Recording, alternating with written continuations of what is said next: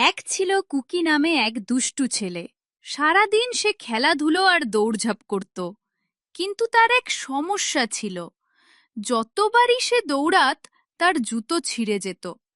একদিন কুকি জঙ্গলের বড় বটগাছের নিচে চকচকে লাল রঙের এক জোড়া জুতো পেল। জুতোর ওপর লেখা ছিল জাদুর জুতো, যে পরবে সে আর কখনো ক্লান্ত হবে না।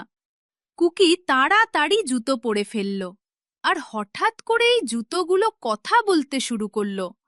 হ্যালো কুকি, এখন থেকে তুমি সুপার স্পিডে দৌড়াতে পারবে, তবে শয়তানি করলে আমরা রাগ করব।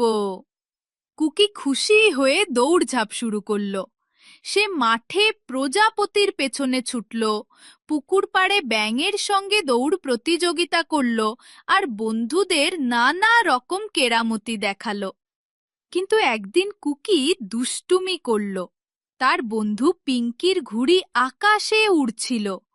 কুকি সুপার স্পিডে ছুটে গিয়ে ঘুড়িটা ছিনিয়ে নিল। পিঙ্কি কেঁদে ফেলল। তখন জুতোগুলো রেগে গিয়ে বলল, কুকি, জাদু